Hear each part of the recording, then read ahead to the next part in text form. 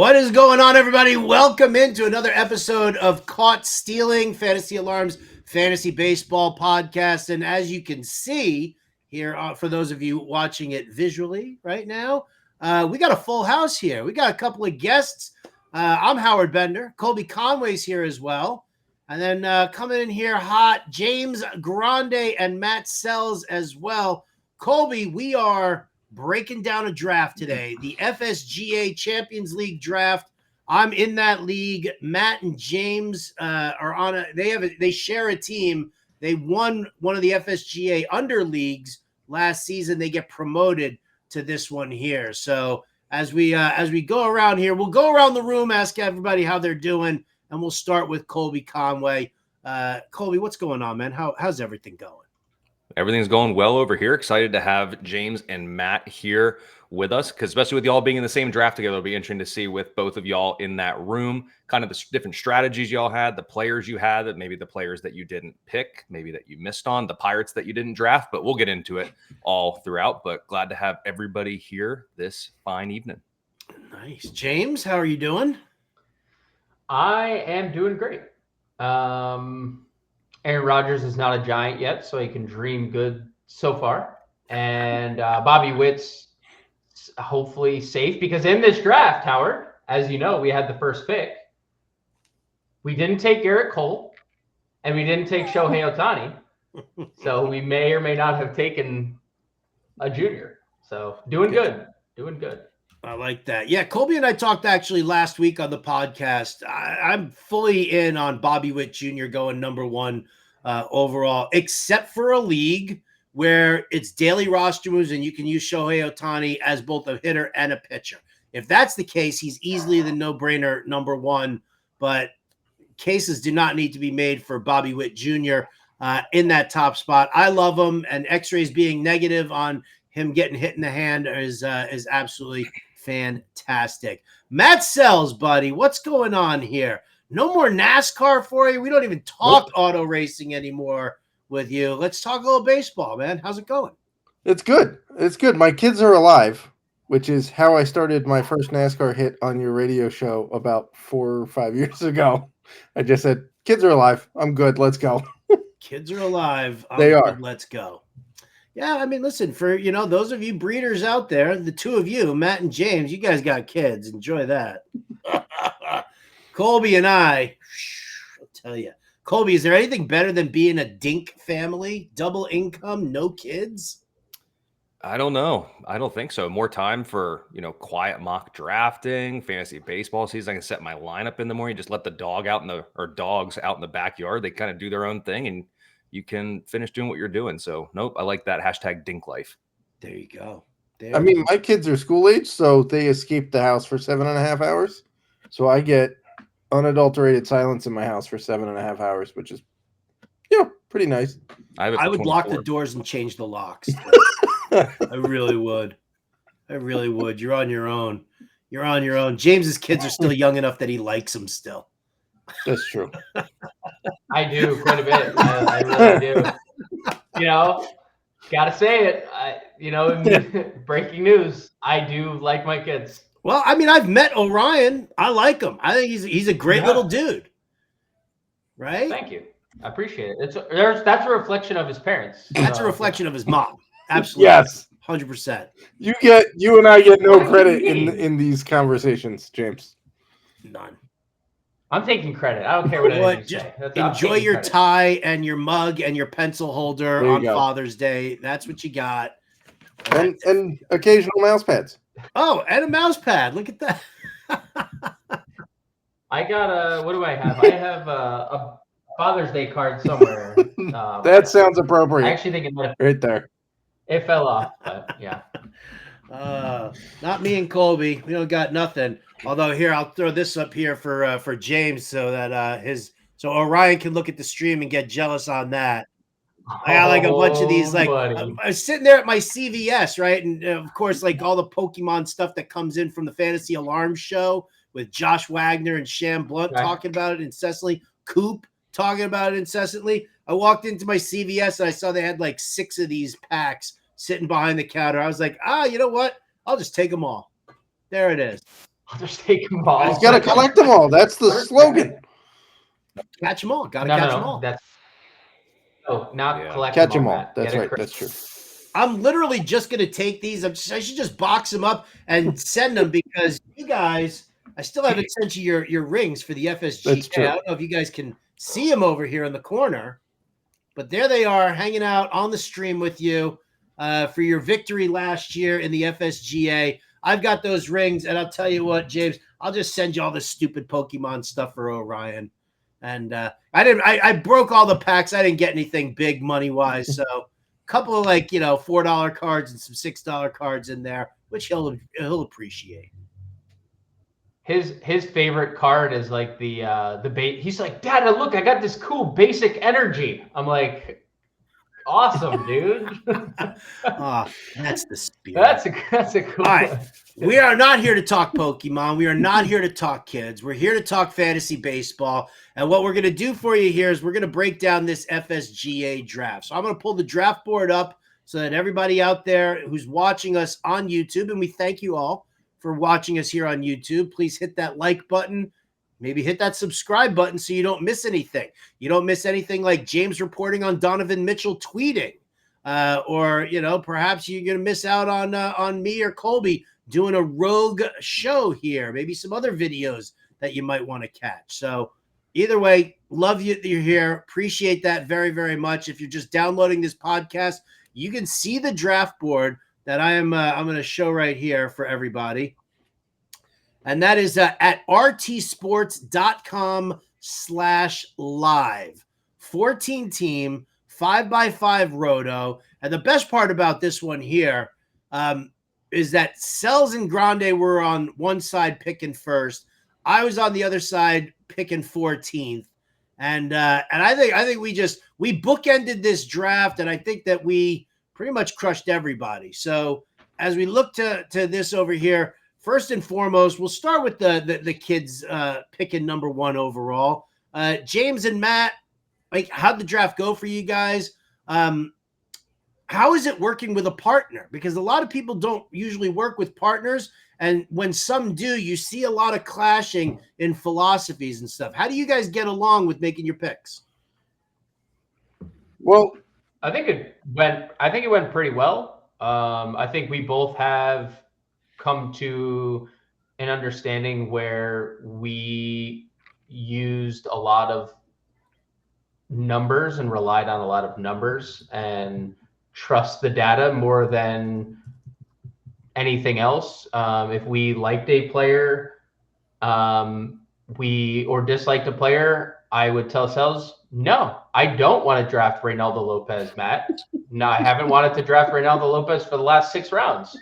And that was pretty much it. And Matt would just and that's kind of how our back and forth went. So it's worked well. I mean, to be fair, like how it worked last year too, Howard, I actually was in on Tarek Skubal, and Matt persuaded me to take Chris Sale. And that's kind of how we, spearheaded our draft last year. We ended up having both Cy Young award winners, and Selz was the one to talk me into taking Sale probably a couple rounds early.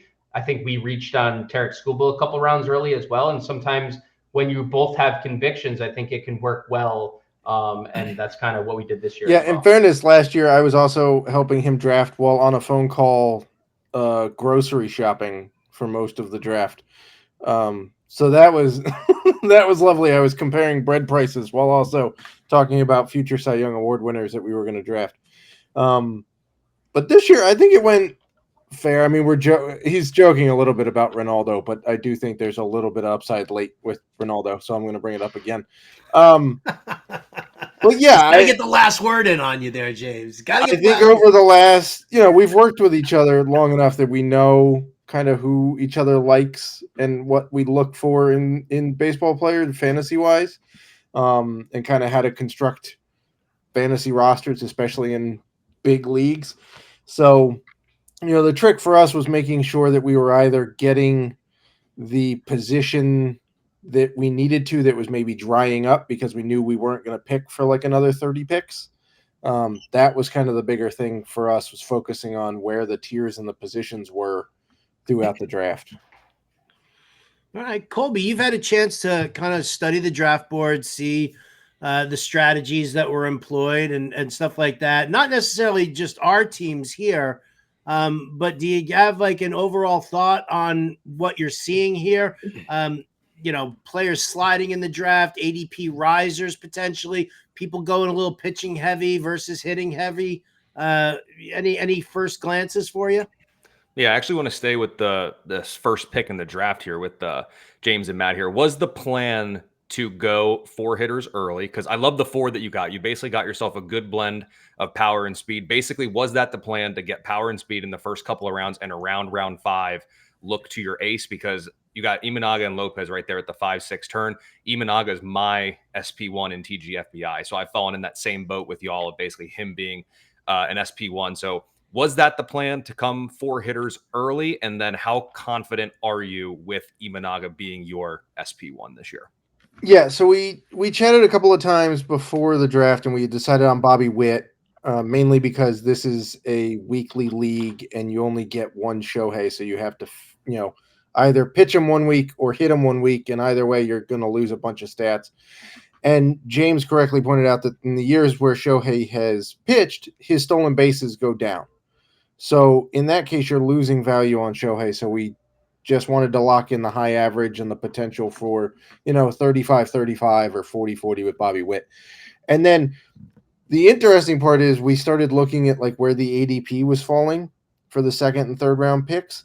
And we said, we'd be super, super happy if it just goes along ADP and we get Jackson Merrill or Austin Riley are sitting there. And sure enough, we get there and they're both there and we're like, okay, well, we're locked in. We're going with both of those guys to lock in some more speed and power and high average.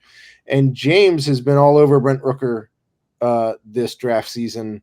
Hard to say no to Brent Rooker. I mean, he's again, another good combination of average and power and speed and whatnot. He's been higher on him than me. And we just kind of, we liked the, not to say mid-tier pitchers, but the step below elite ace pitchers. We liked those better for the draft capital you give up to get them. So, yeah, that was kind of the plan. And then couldn't be happier with winding up with Imanaga and Lopez as our SP1 and 2. Like, that's a solid combo. A lot of strikeouts, good ratios, and a lot of innings from those guys. Was the weight on pitching? Like, I mean, because that's the thing. Like, I see this, Skubal and Wheeler and Skeens, they go in the second round. Then all of a sudden, like, Burns, Gilbert, Crochet, they come off the board. Round 4, as the pitching was going off the board, in that vein, did you feel it necessary? I mean, would you have dared go the extra round in round 5 and not have taken a pitcher there? Would you have thought about going, with another hitter, or was there just not enough hitting out there that was, in comparison, better than Imanaga or more important than Imanaga for you guys? I would have 100% waited on pitching. I said it. Me and Selz agreed on that right off the bat. Like, the most volatile position where you could draft the best pitcher in the world and his arm might shut down 3 games into the season. So why not load up your bats and then start taking some arms? Honestly, Howard, we complimented you too. I was hoping your turn, Rutschman, and then McLean. I was like, damn, that would have been getting McLean coming back round 5, or Adames, or a Bellinger, or a Caminero. If one of those bats were available round 5, we probably go one pitcher there and, start Imanaga round 6. But also we looked at it as if like, okay, Pablo Lopez, as Colby and Matt can attest to, I was like super like, this guy is elite. He's just been unlucky all of last year. In his second half, he was amazing. So you're looking at it where, yeah, we could have kept going another round with bats, but we end up getting, in our estimation, 2 could be top of the line, top of the rotation guys, both over a strikeout per inning last year, showed a rate at a strikeout per inning. And Pablo Lopez second half, gives you the trajectory that he was back to 2023 version. So you get that here. And now we have arguably two guys that probably have top 10 upside. So it was hard to pass up on with those two names specifically coming back to us and some of the bats going before us. Colby, when you're looking at the 1-2 punch, Shota Imanaga and Pablo Lopez versus Max Fried and Hunter Green. Because I went, for those of you who aren't looking at the watching the stream, Matt and James went Bobby Witt Jr. Then they came back on the 2-3 turn with Jackson Merrill and Austin Riley. In the fourth round, 4-5 turn, they went Rooker and Imanaga, which the Imanaga pick definitely helped continue a massive pitching run, and then came back around, to them on the 6-7 turn. It was Pablo Lopez and Wilson Contreras. And that's how their first 7 went. I actually ended up waiting around an additional round there. I took Julio Rodriguez in the first round and Gunnar Henderson, who fell, and we can talk about that in a little bit, in the second round. Then I took Michael Harris the second in round 3 with Adley Rutschman as the other half of that. It was a 3-4 turn. And then on the 5-6 turn, I did think about going pitching. I really did. And I was looking at Pablo Lopez as the possibility to go there, but I went Matt McClain and then Mark Vientos. I probably would have gone Matt McClain and Junior Caminero had he been available, but he wasn't. That pissed me off. But so I went with those top 6. And then when it came back around to me again in round 7 for the 7-8 turn, Max Fried, Hunter Green. I mean, I love that for taking hitting with the first 6 picks to end up with Max Fried and Hunter Green as a 1-2 punch. I was enamored with that. Yeah, especially when you look at this, as you start going through more drafts, that round 5, I think, is the first time where I'm ever going to be starting to contemplate a pitcher. It's exactly what James and Matt did when you get Imanaga and Lopez coming there at 5 and 6. And then obviously you held out with one more hitter to come back with Fried and Green. Round 5, 6, 7 is that sweet spot, I think, where you can load up, get your power speed early, and then you come back and you can still get 2 very quality arms. And when you look at the 4, both of your top 2 starters can easily outproduce ADP. And I don't think many people would be surprised. Like Hunter Green has a very high ceiling. Pablo Lopez, if we get a full season of his second half, I mean, good Lord, what his numbers could be. And we saw what Imanaga did last year. And with James and Matt on, I'm curious because, Howard, we've talked about it and disagreed quite adamantly about catcher strategies. So we have 2 other people on here. So I want to bring it up. So James and Matt, this year, based on a lot of 15 teams, 2 catcher setups, looks like that's obviously what this one was as well. I have liked my builds more, excuse me, when I've taken 2 catchers early. So, you look there at the 5th pick, playerprops.ai, they double tap catcher with Diaz and Perez. I haven't really gotten much of Contreras, but in that round 4 to 5 turn is when it usually ends up being, going Adley and Yanier Diaz as my 2 catchers.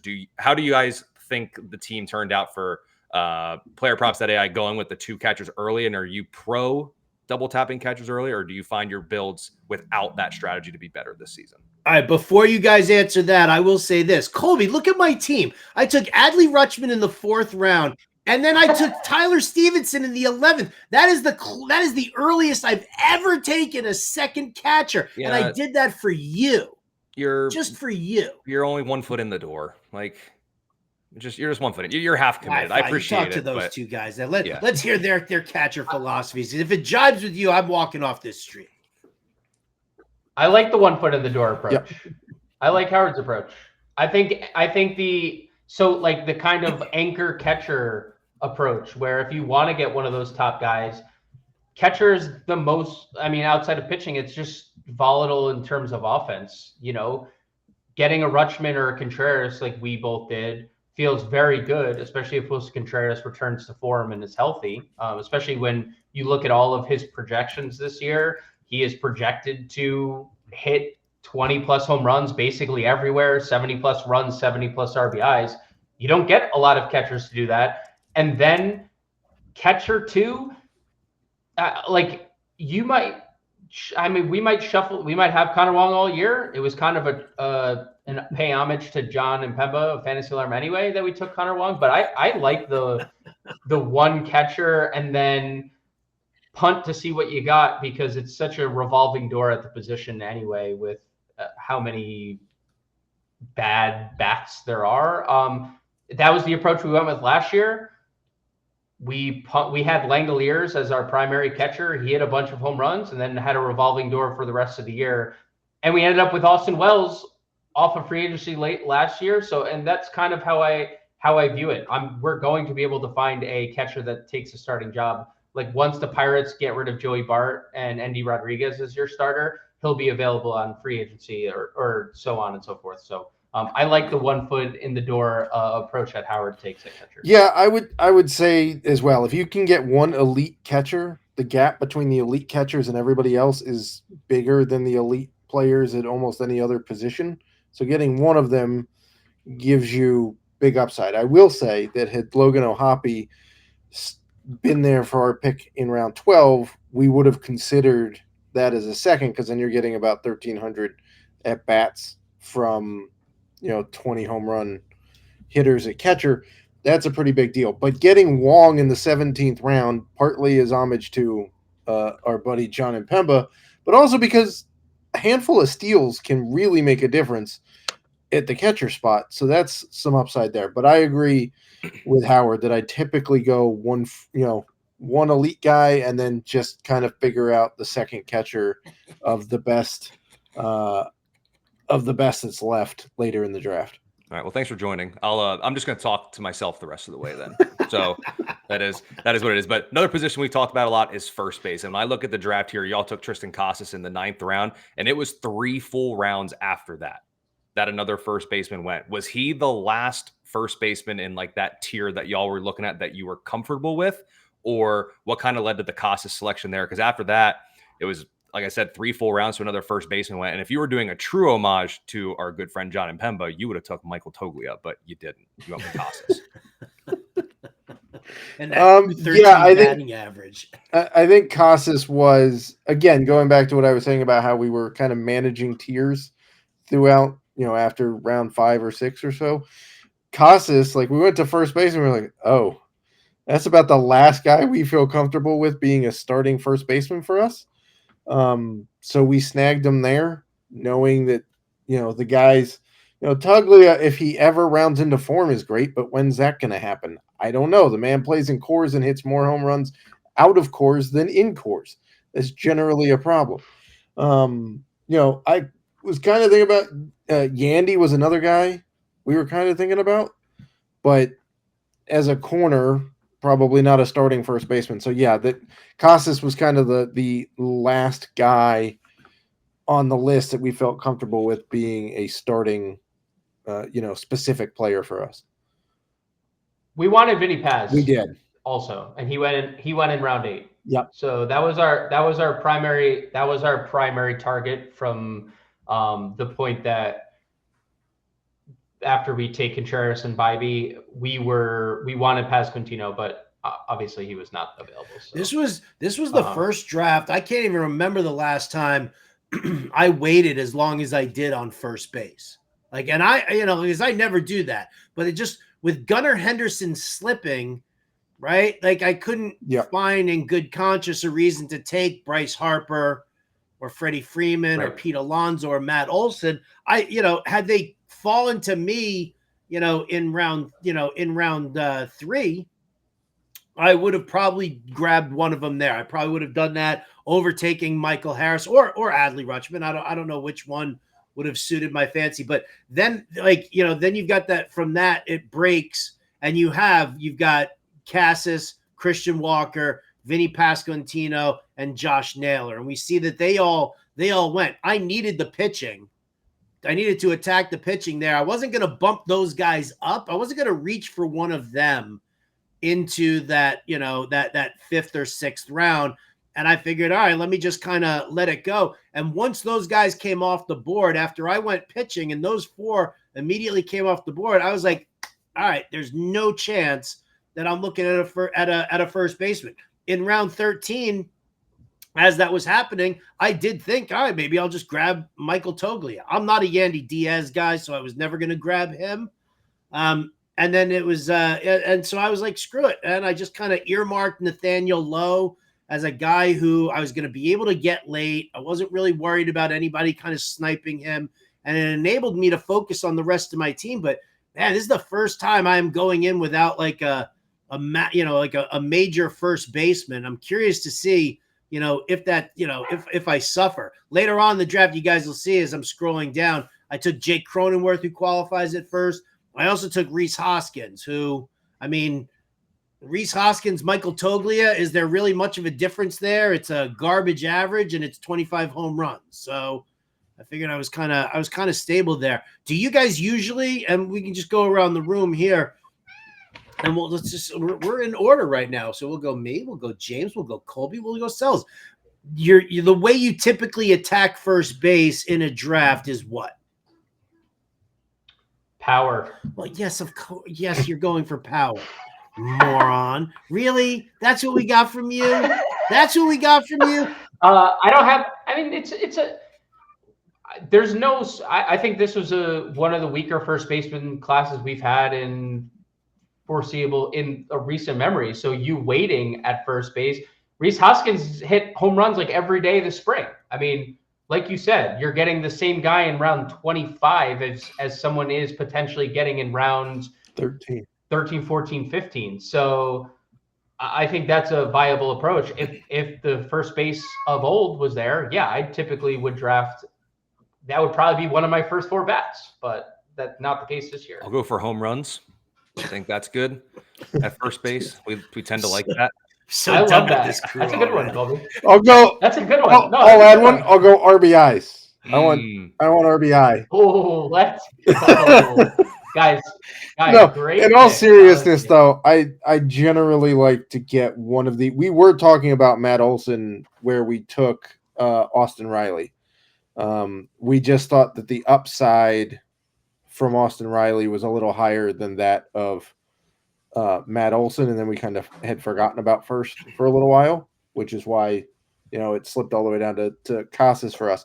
But in my home league last year, I had both Freeman and Olson as first and corner, just to get the high average and power and RBI. But if I can get one of those guys, I'm fine with it. And then just whoever, like, I'll take a Rhys Hoskins at corner, I'll take a Toglia at corner, but to be a starting first baseman is a little risky for me.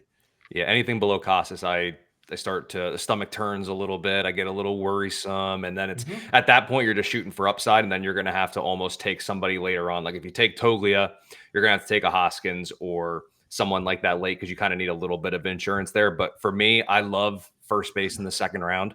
Like looking at the Olson Alonso type right there in the second round, get me that power, home runs, and RBI, like we all just mentioned, is great for that position. But anything after Casas, you can't feel overly great about. No, and I don't feel overly great about it. It's just one of those. It's just one of those things. Very rarely does anybody walk away from a 14-team draft and say, I'm strong everywhere. Right? You're gonna have to pick and choose some of your moments there, and for the first time ever, allowing it for that, for first base for me, figured I'd try it. I'd check it out.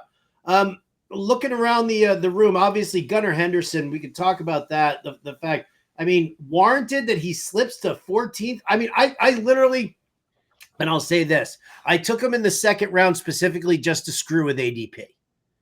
Because now I could be like, yeah, Gunnar Henderson in the second round. It was a no-brainer. Doesn't matter that it was the first pick and it could have been the last pick of the first round. Right. But that's where he landed. Are you guys concerned with Gunnar Henderson, who, mind you, as of recording this, is taking ground balls and hitting in the cage? No. In all seriousness, we took him 14th in the best ball we had on Tuesday night because he slipped as well. We took him 14th in the first round there. So we got him basically the same spot you could have on Monday night. So no, we don't have a whole lot of concern there. He'll be just fine. Even if he misses maybe the first week, I'm not concerned at all. All right. Cool. Let's continue with Matt and James's team here, Colby, and let's talk about it. Do you want to go over their pitching? Do you want to go over their hitting? Do you want to go over the fact that, there are a couple of homages here to John Impemba?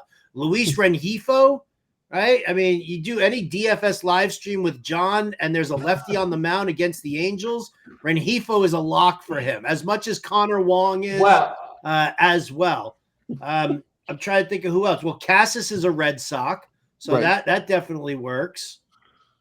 I mean, did you guys just secretly let John pick your team? I mean, I'm equally as impressed by Luis Rengifo against left-handed pitching. I don't know. I mean, you should be. He hit like 400 against lefties in like back-to-back years. Yeah. Respect is due to that man. I got nothing. I mean, it's also like second. Like, let's just put it out there. Second base is terrible. Yes. And we got a guy who obviously the average popped last year more than it has prior to the injury, but that's 30 steals at second base. And if he's anywhere close to what he hit last year, we're talking about a guy potentially in the 280 with 30 steals in the weakest position on the board. I really feel comfortable with Rengifo there in round 11. Yeah, second base, worst position in fantasy this season. But looking at your team, two questions that I have. First and foremost, in round 15. Actually, no. Let me say it this way. Actually, let me ask it this way. Brandon Pfaadt, was there any consideration to Arrighetti right there instead of Pfaadt? Like, was there any deliberation in that conversation, or was it, nope, that's our guy, we're not buying the upside that seems to be surrounding Arrighetti heading into 2025? I think it's probably more on me. I've watched a lot of Brandon Pfaadt over the last 2 years. My wife's favorite team is the Diamondbacks, so usually when we're watching late night baseball, it's the Diamondbacks.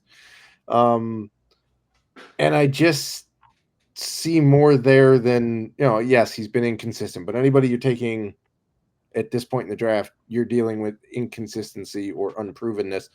I just think that I like the fact that when Pfaadt is on, he's a number 3 pitcher for an actual, if we're talking MLB rotations, he's like a number 3 pitcher, but he's going to slot at the back of that rotation because the Diamondbacks pitching rotation is so deep. So that benefits him with some matchups and whatnot. But I think if he figures it out, I think the numbers will be equal to, if not better than, Arrighetti's. I think there was a lot to like when you look at some of the peripheral numbers from Brandon Pfaadt last year that compare really well to Spencer Arrighetti. You can look at how just straight up unlucky Brandon Pfaadt kind of was last year. He pitched to a 4.71 ERA. The expected number was a full run lower than that, with his xFIP and FIP even lower at 3.6 and 3.5 respectively. He was a strikeout per inning guy. From 23 to 24, his ground ball rate went up. The fly ball rate went down.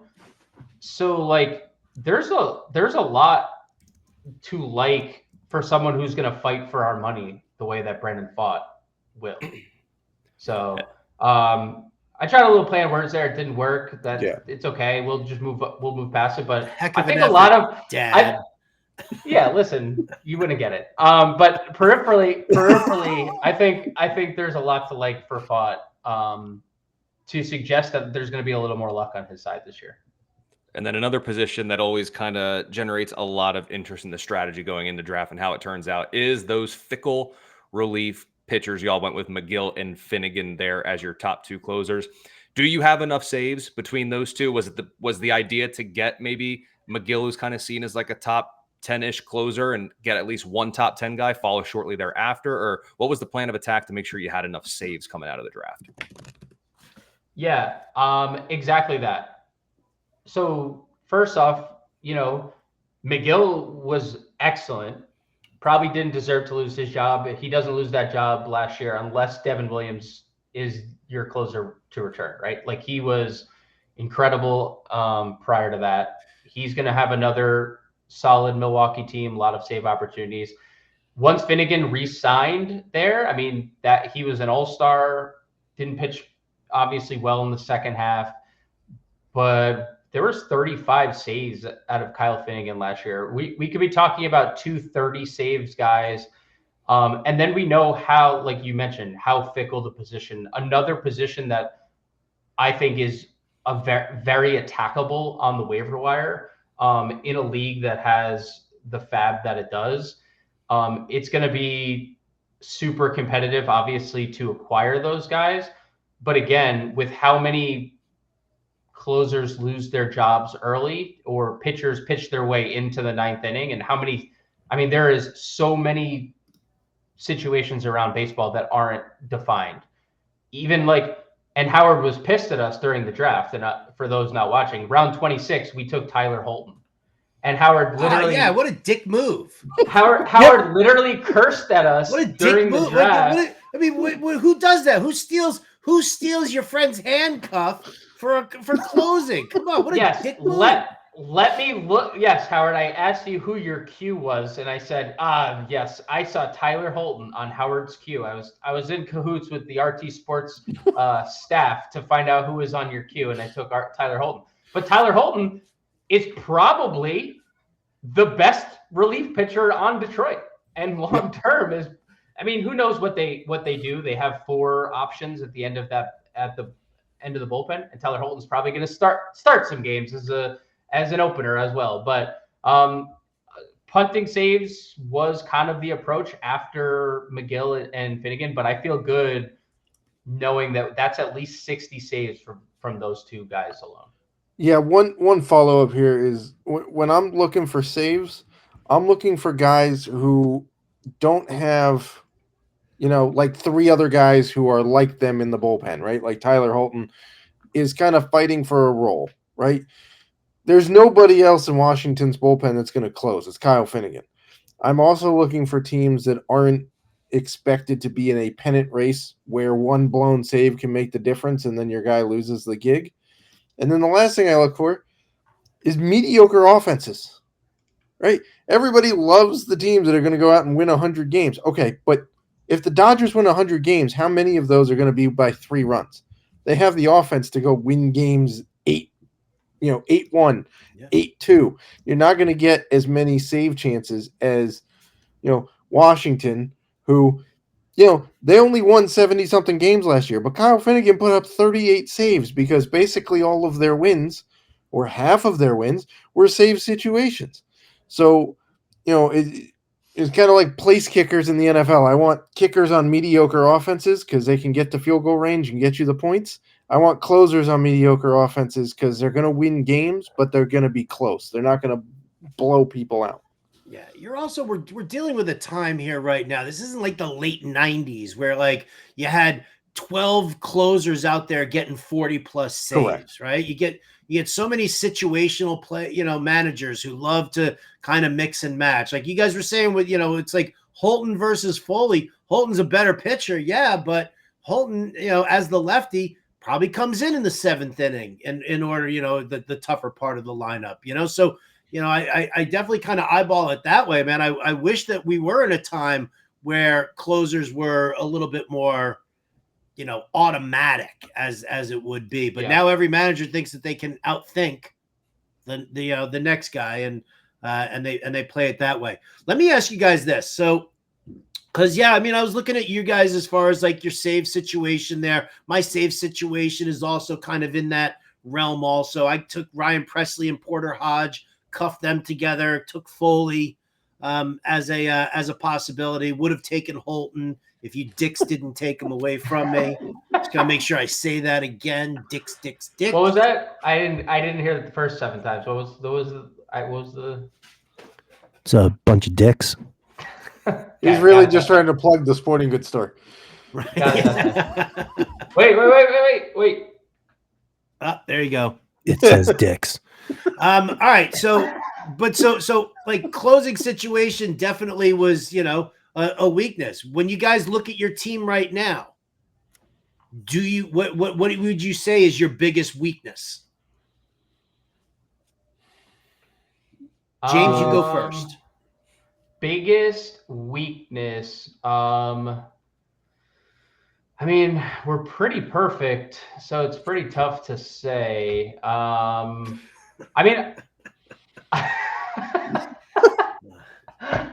I don't love probably our outfield as a whole.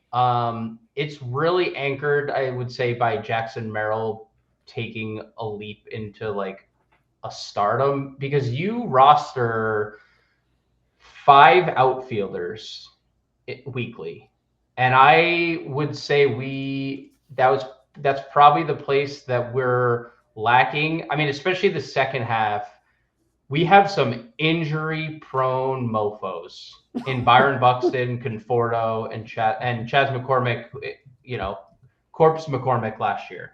So I would say outfield depth is probably the spot that, looking at it, I would have prioritized a little more. Yeah, it's hard to say no to that. I mean, Buxton's record for games played in the season, I think, is 102. Conforto, when we drafted him, I think James' exact words were, "Well, the Dodgers are, magic workers." So, we'll deal with that. I would say, not to be repetitive here and change it up, I would say kind of the back half of our pitching staff. You're never going to like all of the starters you get, and I think there's some upside guys. But Savali and Morton kind of having to be in the rotation for us is not the best situation. But I don't know. Outside, I mean, I'll take it. Obviously, we drafted him, and I'm fine with it. But if some other guys had fallen to us, I would have been a little happier. And earlier on, you all had mentioned that you were really hoping for a Pasquantino. But if we take him out of the running, who was the guy that kind of got away? You had your eye set on him, and they didn't quite make it to you. Who was the one that got away, if there's a good story behind this one? Connor Norby. Dude, I cannot explain. I doing the third base, I really like Connor Norby this year, doing the third base player spotlights. I think Connor Norby is a breakout candidate this year, minus the strikeouts. The strikeouts are going to be there. I said his name, and he was drafted. We had him in the draft, like we had pressed the plus on RT Sports to put him in the draft spot to pull the blue, draft button up. And then it dings, and we're getting ready to press draft, and there's nothing there because he went with like 3 seconds left on the clock. I said, Matt, you won't even guess who the just got taken. He said, no. I was like, yes. I know that's not like as exciting. Connor Norby is not like the most exciting name, but it was seconds before we were going to take him in round 18. So we wound up with Byron Buxton as the, upside. If this guy stays healthy, or, you get another 100 games out of him, he went 18-9 last year in 100 games. But that was definitely, I mean, it's hard to say you're getting sniped from a guy who's picking 4 or 5 spots in front of you. But Ray Flowers was taking dudes that we were hoping were going to fall to us. Like Jung-Hoo Lee was one of the guys. Mitch Keller. There you go. Pirate reference. Griffin Jacks. Some of those guys he was taking, we were hoping were going to fall to us. But you can't really call it sniped when it's like 4 or 5 picks in front of you. Well, no, you can, because, listen, I know Chris Wilson very well from NBC Roto World, and that son of a bitch took Junior Caminero 5 picks in front of me, and that totally pissed me off. I was all set and lined up to grab him, and then, to add insult to injury, they took Brenton Doyle right in front of me, where I took Matt McClain and Vientos. I was probably going to take like Brenton Doyle and Matt McClain and lock that in there. I took Matt McClain, by the way. He's the color scheme on this draft board shows him as a shortstop, but I drafted him as my second baseman because it's a great pick. Blows. Love Matt McClain. Yeah. Love Matt McClain. So, but yeah, when Junior Caminero and Brenton Doyle, that was an annoying one. And I think the other one there, was it, see if I'm scrolling down a little. Aside from Tyler Holton. You know what? Don't be a dick, Selz. Don't be a dick. Oh, no, it was Mason Wynn. I was gonna take Mason Wynn and Ceddanne Rafaela instead of Dansby Swanson. I don't know if I'm doing better or worse here with Dansby Swanson. A little more, he's obviously got more power than Mason Wynn. That might be a little bit of a weakness on my part here also. Like the reason that at the end of the draft that I went with DeYoung, Reese Hoskins, Melendez, Winker, like those guys out there was strictly for power, right? Like I felt like I was a little short on power early on, even though, I mean, I love the guys like, J-Rod and Gunnar Henderson, Adley Rutschman as well, but I kind of figured I was a little short on power and grabbed those guys there. So I guess it might have just been a happy accident that they took Mason Wynn right in front of me, but that was probably going to be, one that I was going to go for. I like the power at the end of your draft, Howard. You got a lot of it. I did. Listen, I gotta be honest with you guys, right? I mean, I can sit there and I'll talk shit till the cows come home in any draft that I do, and I'll tell everybody that I won this draft and whatever, especially when I'm going up against like Sirius XM hosts, whose shit doesn't stink, right? I love, just talking smack in front of those guys just because it's just fun. I legitimately walked away from this draft insanely happy. Like I really thought that this was a great draft for me. I don't have pitching depth. I'm going to need to look at that. And I'm, a little soft on saves there, but overall, I came away from this draft loving life. And I think it really kind of sunk in for me the most when I went after pitching. Frieden and Green to grab both McClanahan and Sandy Alcantara with the next two picks over there. That was like a big turning point for me. That was like, ooh, I've got a boner. I mean, this isn't going to be – I just thought of another one that got away from us. Michael Waka, it's not a sexy name, but that guy's been really good for 3 straight years. Yep. Just goes out and gives you innings in like a mid-3s ERA and still striking out a bunch of people. And I was hoping he was going to last another 4 picks. So he went 4 picks before we took Jamer Candelario in the 22nd round. So if we got in Waka, I'd feel better about our pitching depth, which is a weird name to say. But if you look up the stats, it's hard to dispute what the guy's been doing for 3 seasons and in one of the best pitchers parks in baseball in Kansas City. So as we wrap things up, I feel like we need to put Colby Conway on the spot right now. Like he's heard a bunch of the reasoning. He's heard of the in-draft jargon, stuff like that. I think we need final statements from Colby on Selz-Grande's team. We need a final assessment on my team. And then obviously, Colby, which team do you like better? You have to pick. You have to pick. Of course, can be the voice of reason. Oh, I meant you had to pick me. No, I'm just kidding.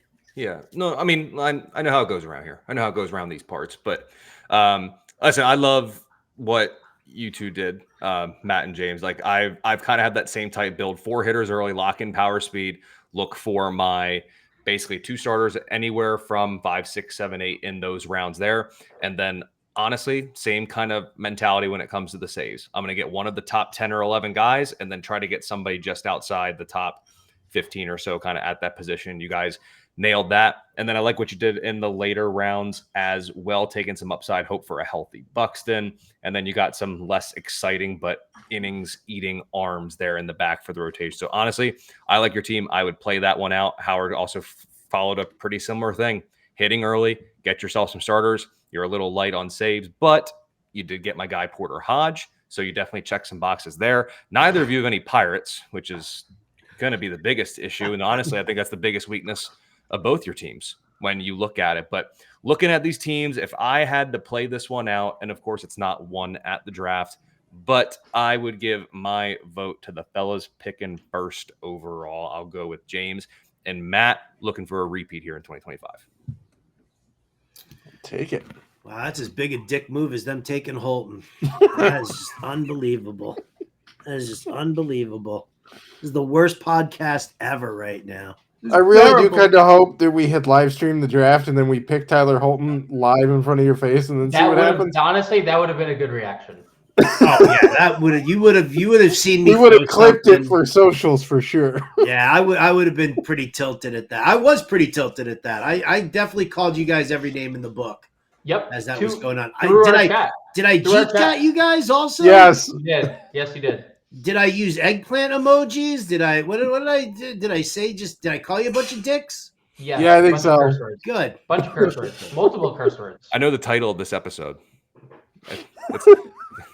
It's just going to be a bunch of dicks. That's going to be the name of the episode. And then the cover image is just going to be James and Matt like giggling and laughing with Howard looking really upset in front of his computer. And then me looking down from above. That's going to be the cover image. That's right. For the for this episode, it's not caught stealing. It's just Matt and James are, can go eat a bag of dicks. Here's Howard's message. Damn, doucher move taking Holton there. You guys are dead. You guys are dead to me. That was the doucher move. Yep. I got it. It's true. It's definitely true. Put that screenshot in the cover image. Put that screenshot in there. We'll add that to What kind of SEO rating can we get on doucher and bag of dicks? What can we get for that? We'll have to look at Google Trends and see what's trending and what's not. Just give this episode to John to edit and just see how far he makes it. Hashtag bag of dicks. Well, all right. Well, boys, I got to tell you, man, it was an absolute blast drafting against you guys in this one here. I'd give my left nut because I'm not using them at all. I'd give my left nut to have us finish 1-2 in this league, right? Like that would be just the icing on the cake for the year that Fantasy Alarm is already having right now, right? Would that not be just the icing? It would. All right. Anybody got some final thoughts here before we all get going? James, final thought. Thank you for having us on, and we appreciate it. And it was a lot of fun, and so was the best ball draft that Selz and I participated in that you could catch on the Fantasy Alarm show from Tuesday, right? Was that Tuesday? Yes, that was Tuesday. If you go to the SiriusXM app and search Fantasy Drafts, Jim Bowden and I were the ones broadcasting. Yep. That one there. So that one took even more teamwork because it was at 6 Eastern. So I started drafting and Grande was eating dinner and bathing his kids, and then I had to go eat. So he took over, and then we were just chatting back and forth and we got auto picked at one point because we thought we clicked draft, but apparently didn't click draft and got auto picked a guy. So that was fun.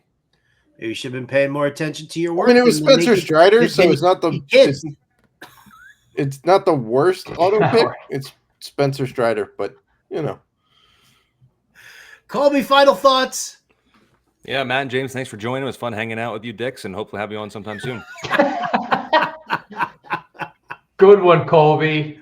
Right? Total mic drop on that one there. That's going to do it for us here at Caught Stealing. Colby and I will be back next week as we inch closer and closer. When we record next time, we'll already have 2 games into the MLB season. That's right. The Japan series between the Cubs and the Dodgers. That's I believe that's St. Patrick's Day, right? Like the 17th or the 18th?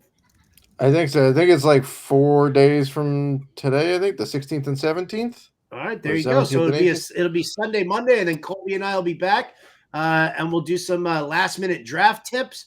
We'll recap that Japan series, and we'll talk about how Howard's team is already in first place here in the FSGA League. But that's going to do it for us here on Caught Stealing. We thank you, as always, for joining us here with the family. If you are not a subscriber of the family, you probably should. Go to fantasyalarm.com/win. Promo code Let's Go takes 50% off your first month.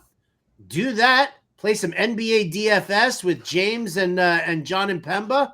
You'll easily win your subscription money back without question.